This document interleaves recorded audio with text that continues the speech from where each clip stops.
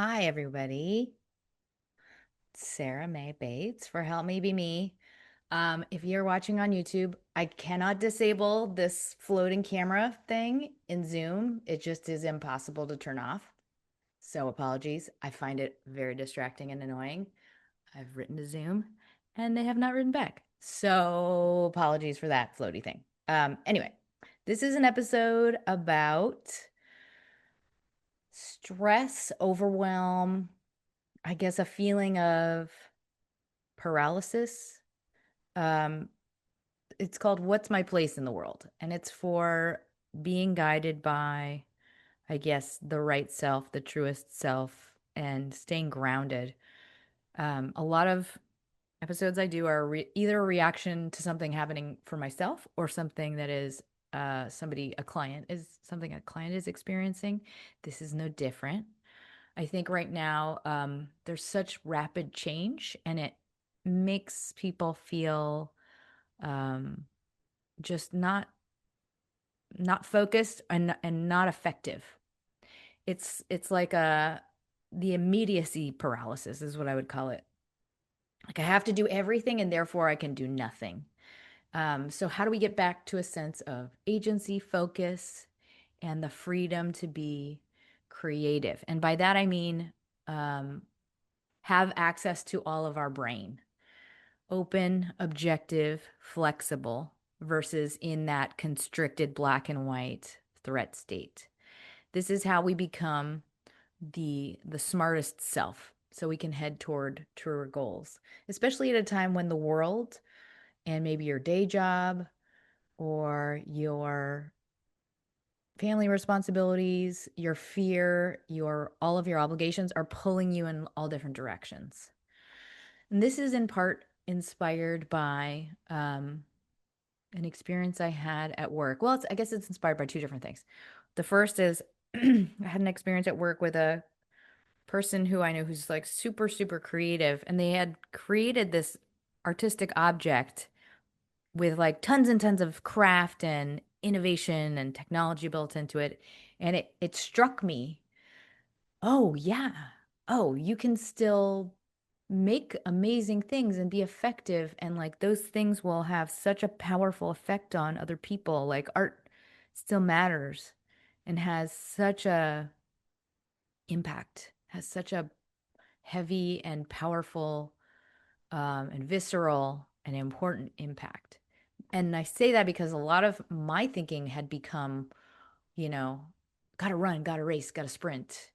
And I had forgotten, I guess, like the resonance and the importance of um, really thoughtful, original, creative projects. That might sound like crazy to you that I would forget that, but I did because my head was so in like headlines and news and technology and AI and everything's going so fast. That was one thing that inspired me, and then the other thing that's inspired me is I'm trying to get my kids into a Waldorf school program. And if you don't know what Waldorf is, it's very based on craft and hand making things, on music, singing, rhythm, very anti screens, anti, or I shouldn't say anti. They're not allowed to have screens until eighth grade. And that's the main reason I want them to be in this school.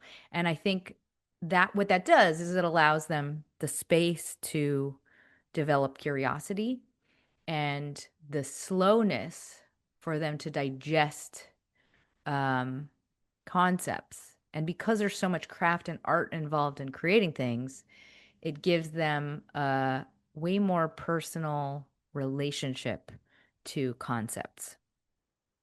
That is what I want because I believe in that method of learning.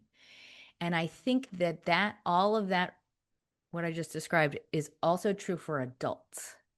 And that is what kind of this episode is aimed at, is creating that spaciousness and slowness, that protective bubble around your own thinking brain so you can be effective and you have the agency to focus.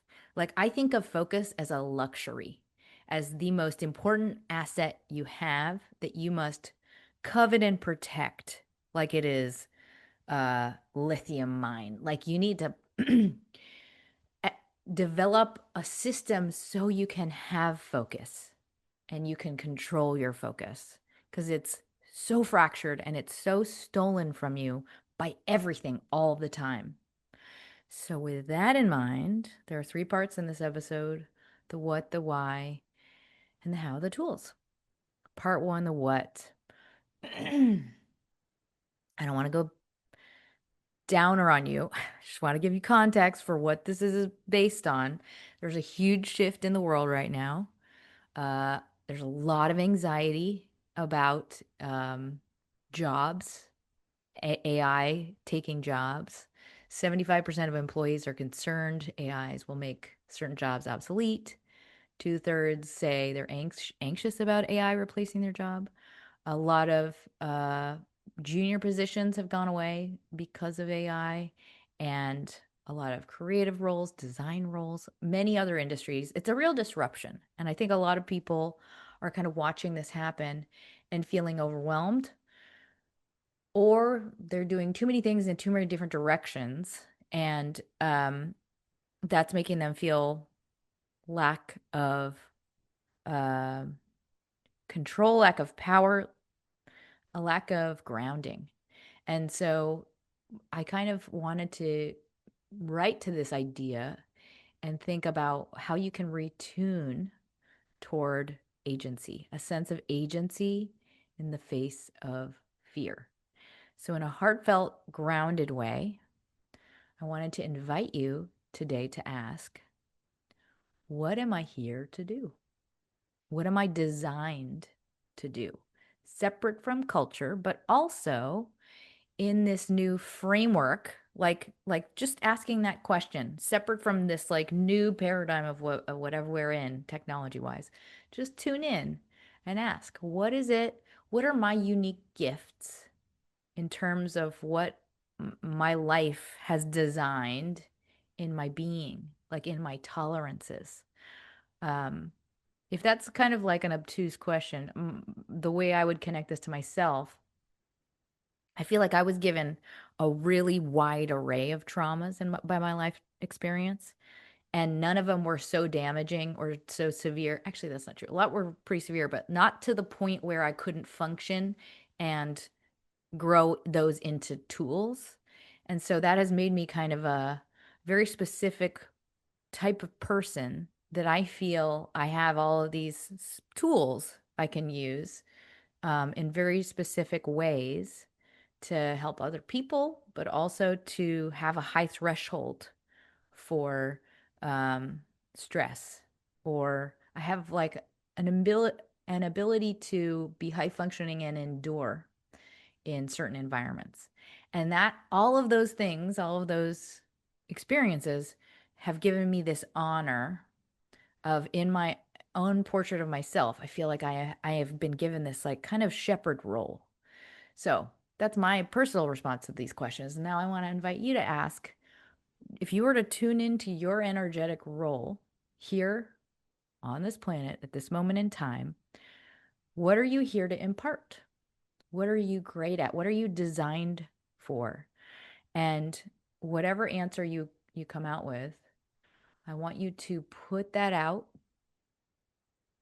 into the universe as a very simple intention. I'm here for blank, whatever it is, something super simple. It doesn't have to be attached to a very specific role or a thing or an output. I just want you to come back to the energy. Part two, the why. Um, I think right now we're in a huge, you know, the graph is changing in a different direction. And I think of all friction points as incredibly big catalysts in our life for an equal and opposite response. So this too is an opportunity. There are bounce moments that arrive in our on our path that create in us an opposite change. And all moments of friction are like this in our life path. Like an example from my life, when I found out that my ex was cheating on me, it was like the week after we got married, and I was So it was like there was a big, thick pane of glass that shattered in front of my face. And it was like the most impactful catalyst for me to, um, for the first time, really understand what boundaries were. It was an opportunity for me to completely reset the baseline of boundaries. That's an unrelated example, but I really didn't have them before that. I didn't understand what they were.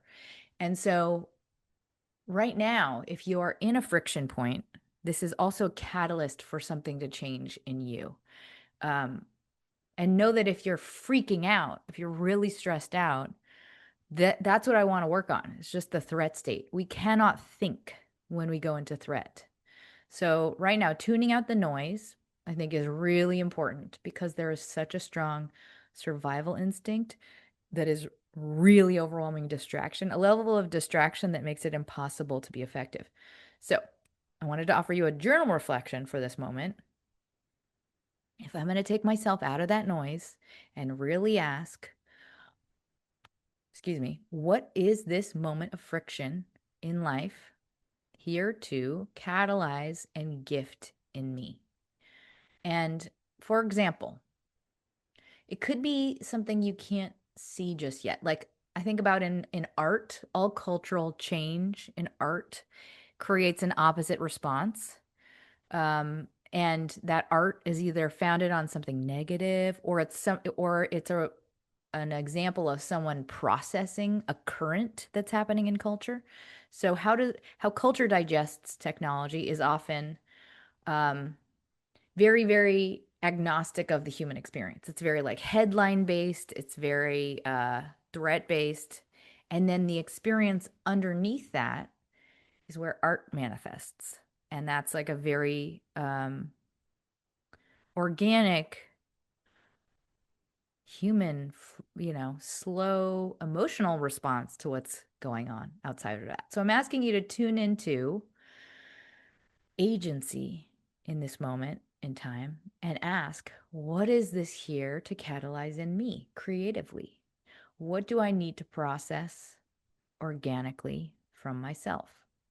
So take a step back out of immediacy, make space for this to be an evolution, and also don't forget that there is that simultaneous human experience happening that you are experiencing, other people are experiencing, many other people are experiencing. That is absolutely the other half of this story. And it's not just the actual, facts of the technological change. There's also this shared experience. When we can tune back into that shared experience, that's when we can remember where we are. It's like we get lost in this bubble, or I get lost in this vortex of information and technology. And then when I come back into like the humanity, the way humans experience it, I'm like, oh yeah, I know where I am again. I'm a human being having an experience. It's not all one thing. It's not all the commerce. It's not all the technology. We're all feeling the same things. So just don't forget to have the spaciousness, to create the spaciousness that allows you to have creative ideas that someone might arrive at and be delighted by and enjoy, because the value of that has not changed with the proliferation of free compute power. Um, I forgot. I forgot. I was like, oh yeah, creativity and a person still matter more. This is what it's all about. The unhurried, non-performative act of creation. So come back to why you make something and why that thing matters deeply to you. And just allow yourself the quiet room to honor that thing. I think so many people are just in this kind of reactive survival mode, seeing the tidal wave and thinking, how do I survive? How do I survive? Maybe you've already been hit by the tidal wave and you're thinking, where do I go from here? Or maybe you're trying to get on the tidal wave and thinking, how do I ride this? What do I do? How do I apply my learning? How do I pivot? So, all of that is to say, focus is your most important asset. reduce the noise, reduce the noise. Come back to, what do I have to say? What am I designed to do? What am I gifted in my personality? And then this is the second half of that question. What is something I can apply that to immediately that feels true, feels relevant, feels resonant, and perhaps feels interesting, like evokes a feeling of anticipation. Like, could I possibly, could this be, maybe? Something that kind of scares you a little bit. Um, you might find that you're going to start some like completely strange new thing as a response to all of this. You know what I mean? Like a church or I don't know, fill in the blank. Like think about, I think this is my personal opinion. I think what technology will advance in all of us is this idea of an individual based business. Like, I don't know if you've seen Blade Runner, the tiny little floating kiosks. I'm not saying we're all going to have like a cell phone kiosk. I'm just saying like I think of myself as a business entity in that I create my own personal product and it comes out in different forms. I don't know. That's a just seed of a thought that I had. I don't know if it'll be helpful to you, but I think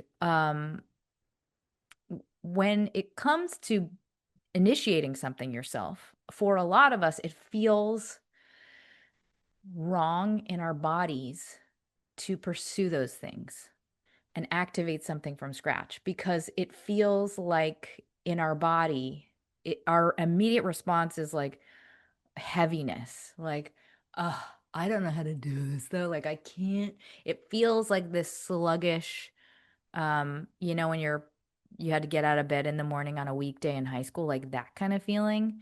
Like you're like, oh, this feels so hard. It feels like in your body, it feels like it's not, whatever you do is not going to be effective. In your body, that is false though. It's like, it's the feeling is not true. It's usually fear or it's this bodily memory of a time when you were trying to do something and you were most likely depressed and or so riddled with insecurity that it was like paralyzing. At least that's how it is for me. If I go into that state in my body, now I know well enough to know that it's a fake feeling. But in my younger years, I trusted that as, oh, that's a sign I'm not going to be good at this and I'm not capable. And now the making process or the pursuit of goals for you will be very different.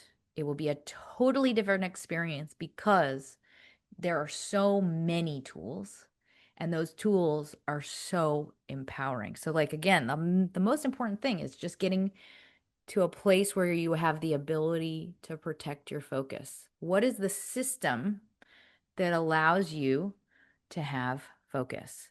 And and for a lot of people who struggle with procrastination or who struggle with um, rumination, the barrier for success is not, you know, it's not about what it's about. It's not about the fact that um, you're not good at something. It really is just the barrier to that starting process. It's like, for example, people who can't get themselves to the gym to work out. The solve for that is not like, working on your confidence or going to therapy. Often it's just reducing the friction points between you and the gym. So, sleeping in your clothing for your gym clothing and having your water bottle and your gym stuff already in the car. I don't know. That's like a pretty basic example, but like literally the problem is so specific and finite and small compared to what our bodies tell us it is. It's just about hacking the starting process, the initiation process. What I often do with clients is if they're struggling with activating towards something, is we just do it on the phone in the moment that they suggest it. because it's like you have to prove it to your brain like it is not at all impossible because I'm just doing it right now. The trick is to do it without your brain catching up to tell you you can't do it. You do it. I used to do a lot of things without my brain looking. So I'm on a tangent. I'm going to get to part three, the how, the tools. But first, a brief word from our sponsors.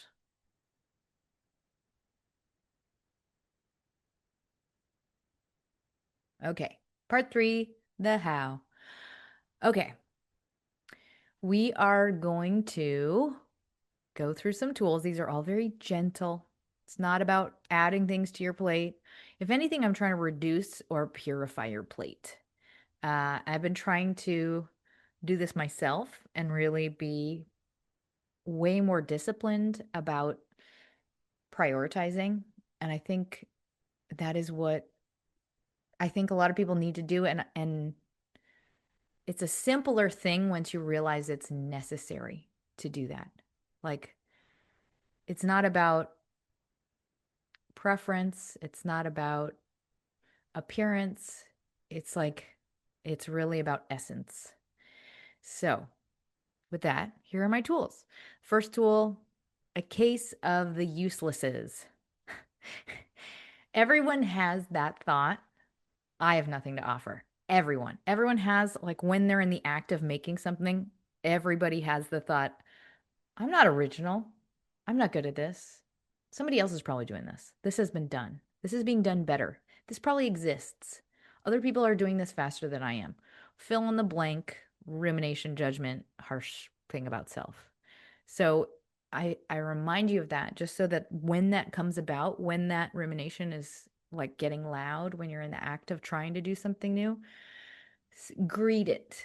Say like, "Oh, hi, it's you."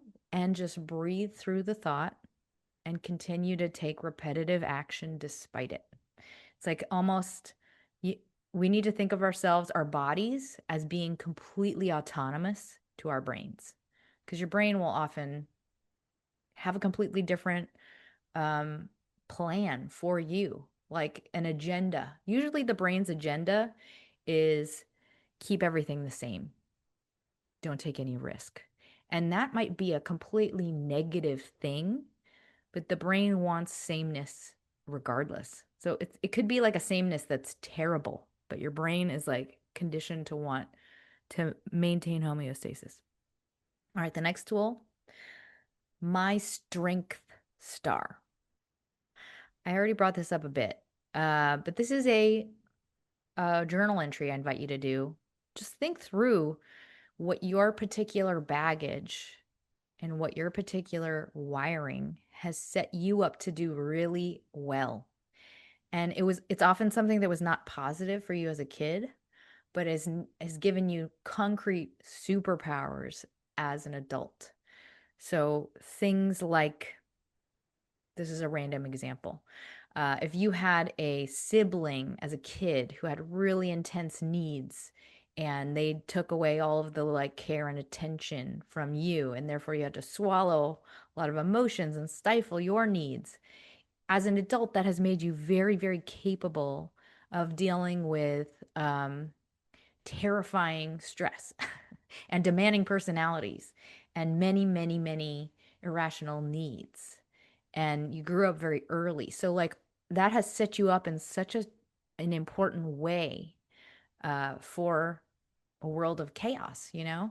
And when I think about my strength star, so to speak, and I think about what I'm designed to do, I think about all of the energy, the springboard that this moment in time is creating for me. And I think of it as like, I don't know, an entrepreneurial opportunity. And I think it could be the same for you. So it's like, this is a really specific moment in time where you have an opportunity for an energetic growth spurt. So like, what are you specifically gifted with? What is the like random set of assets that you have been gifted with? And I don't know, free associate from there.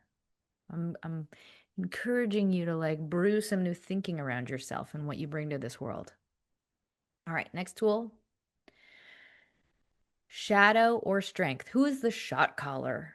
This is a tool for all my ruminators out there. We all, I think of us as having two selves in terms of like the little me and the big me, the watcher, the brain. But in within the brain, I also think we have narratives that can become dominant.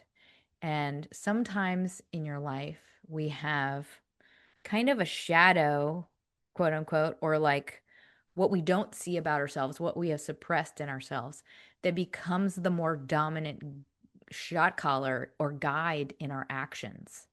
And so if you think about where we get stuck or where we watch ourselves not act, that's usually shadow. Like, and by that I mean avoidance. So something that's hidden, something that's uncomfortable, something that's repressed.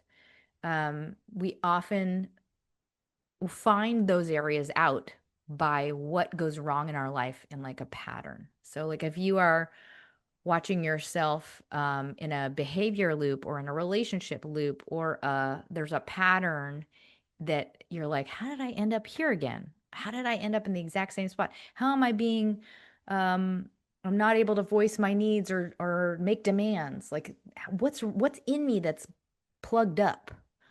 That is an example of something that is looking for integration. It's a block that you have not yet acknowledged. And a lot of these loops, these like shadow loops, come about in like relationships. If we run from them, for example, or if we pick a specific kind of person that's not right for us. So, this idea, we'll kind of call it like the wrong self or the suppressed self, we can get imprisoned by a result of that self. And we might not realize that it's actually an opportunity to reclaim it or to grow into that area. So, if you are not sure, I invite you to check the tape in your life and ask, like, is there a loop? Is there something I've recognized that um, I'm a little bit curious about? Is there somewhere that I'm feeling frustrated, where I'm feeling overlooked, where I'm feeling like inert? Like, is there somewhere in your life that you wish you were taking action that you're not? Or you're blaming yourself for something? Or you're frustrated by an outcome that feels like you've been here before? Just look at that as like kind of raw material to bring curiosity. And I feel like as soon as you see what those things are, if you've like written down, let's say, a loop of those things, my personal response to that is to be like, I'm gonna solve it. And I like try and like focus on it so hard and I want to solve it right in that moment. And oftentimes we can't do that. It's almost like we're so close to it that we can't see it. Um, my daughter painted my nails. Don't they look flawless? I feel like you won't probably be able to solve it in that moment, but just like put the ingredients into the little stew pot and then take a break from it and just invite curiosity. Invite This is how I do my dream work is I like bring all the ingredients to the forefront of my mind and I invite curiosity and I walk away. Because it's like it's gonna arrive. The insight will arrive on its own time. Really, what we need to allow it and create is the space for processing. I like to ask myself questions. I like to talk about it with other people. Like, what in me is like, what age of me, what part of me is afraid and resistant to claiming a personality type, to claiming a voice that I can see in other people that I don't have. Like, what is the resistance piece? Usually it shows up as like, I hate that thing. I don't want that thing. That thing is bad. That's the area I want to invite curiosity. Like, what's that coming from? What time is it coming from? Why is it coming from? Okay, next tool. Hey, chill, chill. I should have started with this tool, but this is just an invitation, an opportunity right now to just calm your body. If you feel like you're in a race, constantly anxious, I know I feel like that. I just want you to take a moment right now to just say, like, Chill, chill. Calm. Let's relax our bellies. Let's relax our shoulders. Relax our pose, relax our facial muscles. Maybe your neck needs a little like opening. What does it look like in your body right now to just chill? And it's kind of like play acting. Like, what does trust feel like in my body? Where can I imagine trust filling my body? Trust and faith filling my body, like I'm playing a character on a stage. I like to do this tool specifically for moments when you are in the state of the spins where you're like, oh man, I fucked up. I really am not good. Things are going to be bad. You're in the spins of guilt. As soon as you get in the spins of guilt, those create reality. Very much it scripts the future in a literal sense. So as soon as you recognize that thought pattern, I want you to come home to the memory of this chill, trust, faith feeling and teach your body to go there. Teach it that that's the truth. Act as if this memory is accurate. And I like to tell myself, like, maybe nothing is wrong. Maybe I am above and beyond uh, doing great. Maybe I'm doing amazing. Maybe I can move through, maybe I am moving through life just fine. Maybe nothing is wrong at all. When we focus on the thing we didn't perfect, we constantly, what am I saying? We always do it. We always focus on the thing we didn't perfect. And we really lament those things and we like zero in on them. We don't think about like all the shit we are crushing and all the things we're doing fantastically and how amazing we are. We think about, I fucked up this one thing, and we replay it and we play out the extreme level of damages that that thing is creating. We're like, God, I fucked that up. That is your habit. I want you to come home to, I'm a human living a human life, but maybe I'm doing amazingly. What does trust feel like? What does faith feel like? Okay, the next tool. It's kind of got a bad energy to this title. I mean, change it in your mind's eye if you think something better would be the name for this. Ruthless prioritization. I feel like that's probably on 500 clickbaity articles. The concept, I think, is really just simplify. Simplify um, in a very, what would I call it? In an aggressive way. I can't think of non-aggressive words. So get to the core of what is important and reduce the fluff. And I mean the core of what is important in terms of the future, not just today. Um, if you are a person that is wearing many hats and you're trying to make a lot of people happy and you're trying to serve many different people's priorities, this is a moment in time when I want you to prioritize anew. Start from a clear and sober baseline of where reality is right now and prioritize. And I mean like top 3 to 4 priorities for your day, every day. What do you think is the most important thing for you to focus on based on where today is and where you think things will be in 5 years from now? You cannot do everything. You cannot be fully present as a parent, as an employee, as a fully creative, active, artistic person simultaneously. Something has to give. And something has to be given a hierarchy at different points in your day. Something has to be held lightly while you grip something else tightly. And it can fluctuate throughout your day, but I think it's not about not being great. It's not about not giving everything your best. It's really about trimming away the stuff that's performative that you know will not matter soon, if that makes any sense. Creative energy is finite. It's such a like rare, you know, um, it's something that can only come about through creating a protective bubble that can contain it. And so, if you are a person that values creativity and that needs to access it for what you bring into this world, you need to be really militant about protecting that reservoir and making that space for that to come about. And it needs to be sacred. So, watch where your energy is going. Ask yourself this week, what am I doing that is actually not mine to do? What am I performing rather than living truly? Where am I being like a show pony and going through the motions of someone else's version of important and a good life? And what is the thing that I know that I feel is like really important? What is the thing that I know I need to put time toward? Like, really make that list of 4 things and put a little red box around them, and like don't allow those to come behind the other things. Okay. Next tool, uh, dissolve the ceiling.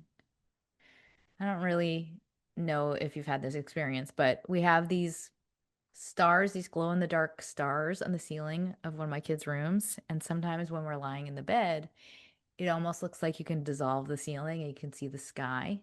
And it's kind of a magical, daydreamy process.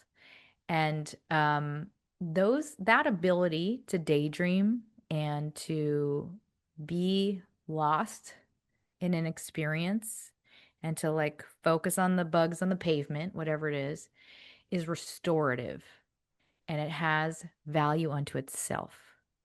And I'm saying that to say, can you create that for yourself? That energy, that restorative space in your day. Allow for that to exist. It's easy to forget to tune into like the present moment and just rush through your entire day. And to do that week after week until a couple of months go by and then you're like, "What? It's March is over?" Like it's so easy to do that. Like slow down. Have time that is absent of urgency and just be in that still, unhurried, perfect moment, whatever it is in your day to day. Be in those moments, stretch them out. Sometimes I literally say in my mind, and now I want time to expand because time does expand. It absolutely expands for you when you want it to. Use the prompt, make it happen. Okay. All right. The next tool, commitment, action, commitment, action. I've put this in past episodes, but your will, I would say your will and your commitment are like the most spiritual, important energies in your being. And that's like honestly the recipe I think for success is just action, commitment. You make a commitment and you take an action. That's all it takes. Let the action be imperfect, but focus on anything concrete, anything achievable. If you are a person that has ADD or ADHD and you get like in this paralysis of like list making and then angry, I didn't do the list and like I fucked up, like in the rumination, like just step into an action. That's like the most important thing is taking an action in the general direction of something that feels right. All right, the next tool, uh, check the dream. I know for myself, when I do um, dream work, I go through a process of self-discovery that gives me like months of self-work. It's so powerful and pivotal and like really gives me insights about myself. If you are in a place in your life right now where you're feeling lost, you're feeling directionless, you feel a little bit untethered or directionless and don't know what to do, I would invite you to just invite a dream before you go to bed. Say, universe, please give me a dream that will give me insight. And then have a pen ready or have your phone ready next to the bed for when you wake up and write down the first image, the first scene that comes to your mind. preferably something that left a mark, that left an energetic mark. And usually it'll be something with an animal, or it'll be something with a house, or with a significant person in your life. Whatever it is, just write it down and look at it as a metaphor. In this dream image, whatever it is, it's a metaphor for something you are doing to you. Um, and allow yourself to just free associate on it. It's not literal. If you have a dream about your ex, it's not like, oh, my ex left such a big impact on my life. It's usually, I am betraying me in some specific way. I think this is a great starting point for just making some movement in self. If you are looking for an impetus for change in some shape or form. Also, get Inner Work, which is a great starter book for dream work. I'll put a link in the show notes. All right. The next tool, loosen the narrative. These are a couple of steps you can do in your journal for if you are in a loop about self. So, the first one, first prompt, name the story. So recognize whatever it is, the limiting narrative when it's arising. I like to give it a little slogan, or like a little catchphrase title. Your story might be like, oh, I'm broken and I always do this. I'll never be successful because I can't activate around things, whatever it is. Like, oh, this is the familiar woe is me, I'm broken story. Next step, identify what that story is protecting. So, what fear, what vulnerability, what is the sensitivity that the story is guarding? Often it is a memory of depression, or a memory of feeling bad about ourselves, or a memory of feeling powerless and um, lonely. But just free associate. What is this story protecting? Next step, collect contradictions. So actively look for recent evidence in your life that demonstrates this woe is me broken record is not true. So we usually take on the broken record narratives as it's an old soothing habit. It's like procrastination is like an old soothing habit of, I feel like I'm controlling my pain. I feel like I'm controlling the source of all this fear and anxiety. So you have recent contradictions of this thing being true that you have activated probably in the last 3 to 4 days. I want you to write them down. This shows that this is not true. This also shows this is not true. And then just today, this thing shows it's not true. And then the last step, integrate. So this is a little bit of an extra step. I think it can be helpful when we're looking at feel inconvenient feelings around ourselves. Like, let's say you have a story about yourself about you being in unable to activate. I can't do this thing. I never do this thing. It brings up intense failure messages. I think in that moment, integrating or embracing those feelings is really about going into the memory that catalyzed them. Like, you can go into probably several memories, but like go into one powerful emotional memory um, that created the person who feels that way. Why do I feel like a non-capable failure? What moment in my life made me feel incapable and stupid?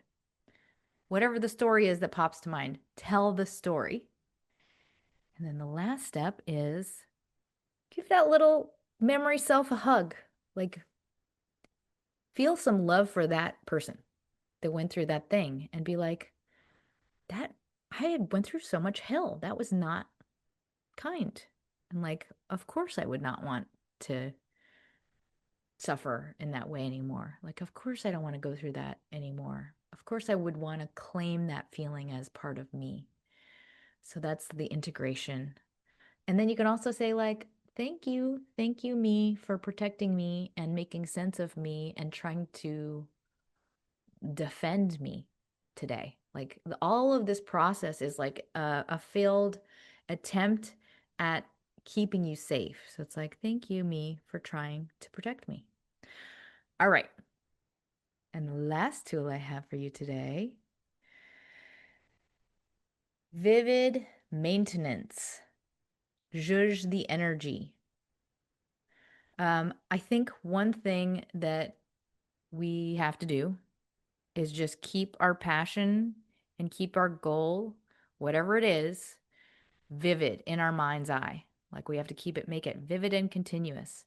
And when I say that this is like a cheesy assignment, but I really think it's important to continue to update your vision or your vision board or your energetic passion towards something. I think it changes a lot, what it is we truly want. And sometimes we might not know exactly what that thing is, but we have to be able to imagine it. And it has to like be an energetic experience in our mind's eye. So one way that I think is helpful to get to this, or a new way, I should say, that I just was listening to a Mike White interview, the guy who created White Lotus. And he had this like random quote that was like, every episode is like a death dream, or it culminates, because the show culminates with a death. It's like all the ingredients of the show have to add up to this culmination of this like life that is lived through the show. And that got me thinking about like goal setting. And I know this sounds fucked up, but like I think of it as like you can set goals in many ways as like a death, a death dream. Like, what is the culmination of this life? Like, what is the flashback at the end of this very expansive, beautiful, colorful, fruitful life? Like, what is the memory I have? What is encapsulated in that dream? And that's your homework. Like, what is your vision? Write it out. What is the expansiveness of this life experience look like? And I don't mean like in terms of like yachts and vacations. I mean, like, what did you make? What did you contribute? What did you stand for? What did you make others feel? Who surrounded you? What did your daily practice feel like? What was your temple of yourself? And what was the beauty? And really, like, whatever that response is, whatever you visualize in that answer, like, what did you do with this life? What was the legacy you left with your children, if you have children? What were the things you always did? Did you play music? Did you draw? Did you go on always play on swings? Like, what is the example you led with? And um, really, what was your presence in how you showed up with others? And whatever your response to this question, I want you to think of that as your nervous system's kind of GPS. Like, these are the portraits of the things that allow your nervous system to feel completely in harmony and to feel very gratified and rewarded and balanced. So keep it vivid and continuous. I like to think of our vision board or our goals as a living movie in your mind's eye. And you can think of it as something that exists at the peak of the mountain that is behind the mountain you see in front of you. So it's a distant point that's far away. You can't see it yet. That's how far away I want you to aim. It's a distant point I can't see from here. But think about qualities, think about emotions, think about the energy you embody and that you bring to the world. And never forget, everything can change in a day. I've seen it happen, I've lived it. Just never forget that one day might feel like it's the same as every other day, but everything can change and it could end in a completely different place than where it started. You can have a different life overnight. So if you are feeling like you're stuck or things are fucked or whatever it is, like don't forget 180 power always exists. Spend at least 10 minutes today reflecting and talking to yourself in your journal, being productive in like a coming home to the self kind of way. Um, okay, well, that was the episode. I hope it's helpful to you. Before I close, I want to thank everybody who leaves me comments, who shares the show, anyone who donates. I really appreciate it. In the future, I'm going to try and be better about my Patreon. I feel like I suffer the overwhelm, and therefore I have a hard time carving out time for certain things, but I'm going to try to be more present there, and I have a plan for making more content there. When I do that, I will talk about it more. Um, but thank you. Thank you for all who listen and who share your stories with me via email. It's always really lovely to read. And I'm thinking about everybody. In closing, I wanted to say, um, individuals are really important and they move other humans. So right now it's not about not being a human being and just stay at the wheel of who you are, react real time to what you experience, connect to others as you do so, and come home to what it is you are here to offer and what are you uniquely gifted to make. And even though everything's changing so fast, I want you to tune into like how does this moment manifest in my soul? It can be something quite magical and hybrid. It can contain both things, the technology, the newness, and also the origin. There's the felt truth in the face of the volatility of change. Like, we don't have to lose everything. Everything doesn't have to be totally different. We can accept where we are. We should accept where we are. We should take it in, reconcile what is, because it is what it is. Everything is all new. Everything is changing. We can still live in this moment and have heart, share love, be present, be human. And I like to think of it as we're living in a new village of sorts.